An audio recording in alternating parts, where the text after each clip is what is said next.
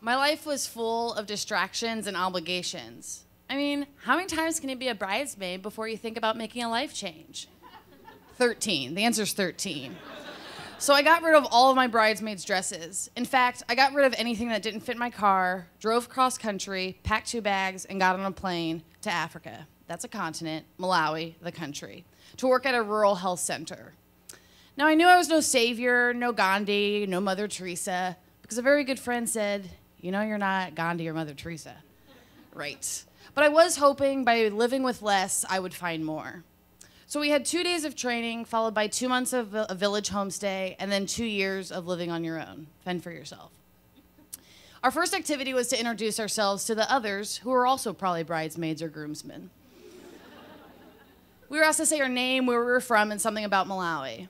Ian from California tells us that Malawi is the 6th poorest country in the world. That's a downer.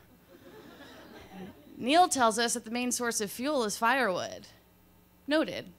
The facts are quickly turning more into presentations, and I'm starting to panic because I was so worried about preparing myself emotionally to go that I didn't really prepare intellectually to go. And I would distract myself every time I tried to learn a little bit more. Like when I learned that polygamy was legal, instead of learning more things about Malawi, I binge watched HBO's Big Love and became mildly obsessed with the Church of Jesus Christ and Latter-day Saints. And right now, that's not proving to be very helpful. It's almost my turn. Some guy's droning on about the Green Revolution in Malawi, and I'm getting nervous. Not just that nervous, like, oh, I have to say my name. Ah, it's my turn. So I stand up, Sarah San Diego, polygamy's legal, and sit down in my chair. I feel like I could have at least said it in complete sentences, but I failed. I told myself it would be fine, I just had to pay more attention in training. So then we learn a little bit about language, the hellos, goodbyes, the please and thank yous, and then a very important tip that would be very helpful.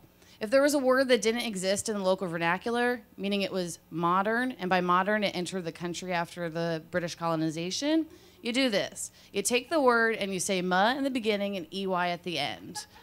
And then you have like a Malawi, English, Pig Latin. So here's some examples. A bucket's not a bucket, it's a mabuckety. Your phone's not a phone, it's a maphony.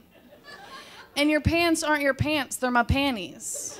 Well, your pants are my panties, and my pants are my panties. Let's not get those confused again. After language, we learn a little bit about custom and culture, which is really just learning about food. And thanks to Emily from Washington, the main source of food is sema. It doesn't have much nutrition. Okay.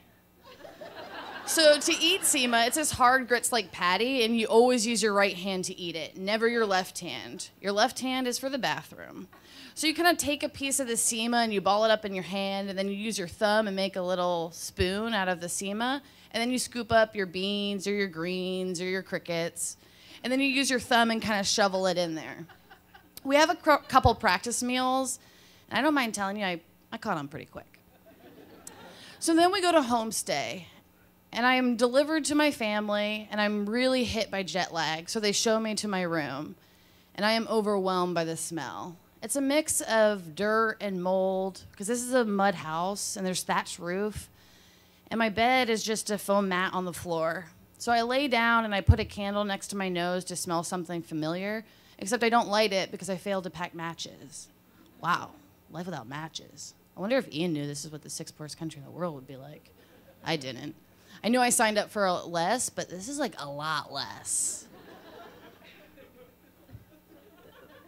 It's like the 2 days of training were really just like a list of things that life wouldn't have. Life without running water, life without electricity, life without the internet, you know, all the basic needs. I go to sleep, and I sleep surprisingly well, and I wake up for my first real test.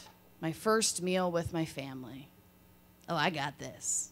So I sit down on a bare reed mat in a bare room, and there's my 3-year-old brother who's wearing a polo t-shirt with some holes in it, and he hasn't quite put on his panties.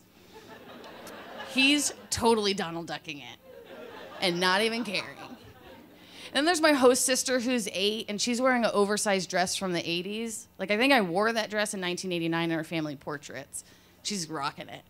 And then my host mom is wearing a tank top and a piece of African fabric tied around her waist like a skirt. Oh, me? I look straight up Mormon. I'm wearing an ankle-length skirt and a long-sleeve shirt, and I overshot the cultural sensitivity part of this.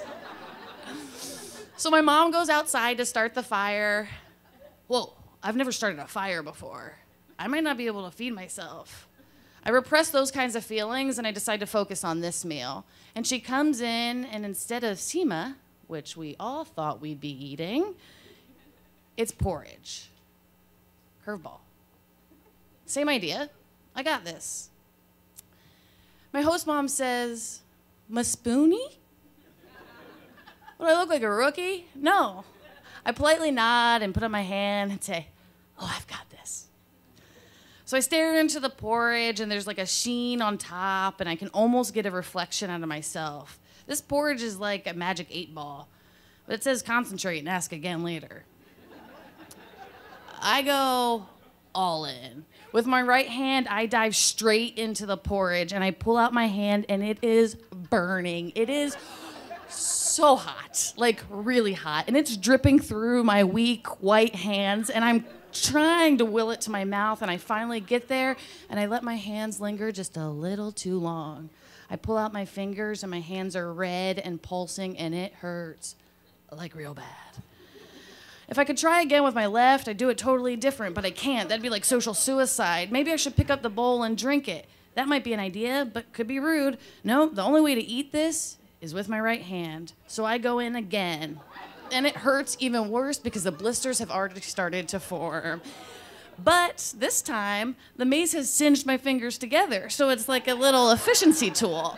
So I scoop in and I start to go faster and faster and faster, like all in. I don't go a little, I go all in, because this porridge is indicating my entire future. I can't go back to be another bridesmaid. I have to eat this porridge. So I go faster and faster and faster and faster, and boom, I clean that bowl. Yeah, feeling pretty good about yourself. Until for the first time in probably 20 minutes, I look up to the faces of my mother, my brother, and my sister, all horrified, looking at me like I'm the village idiot, because I am. They are all using spoons. Cool. This isn't one of those, like, I went there to teach them and they taught me moments. This is like, I am an idiot. I totally shooed away the context clue of somebody offering me a spoon. I was so focused on living a life without that I forgot the purpose of living a life with. And it did recalibrate my time there to look for the life with. The life with humility, the life with wonder, and maybe, just maybe, a life with spoons.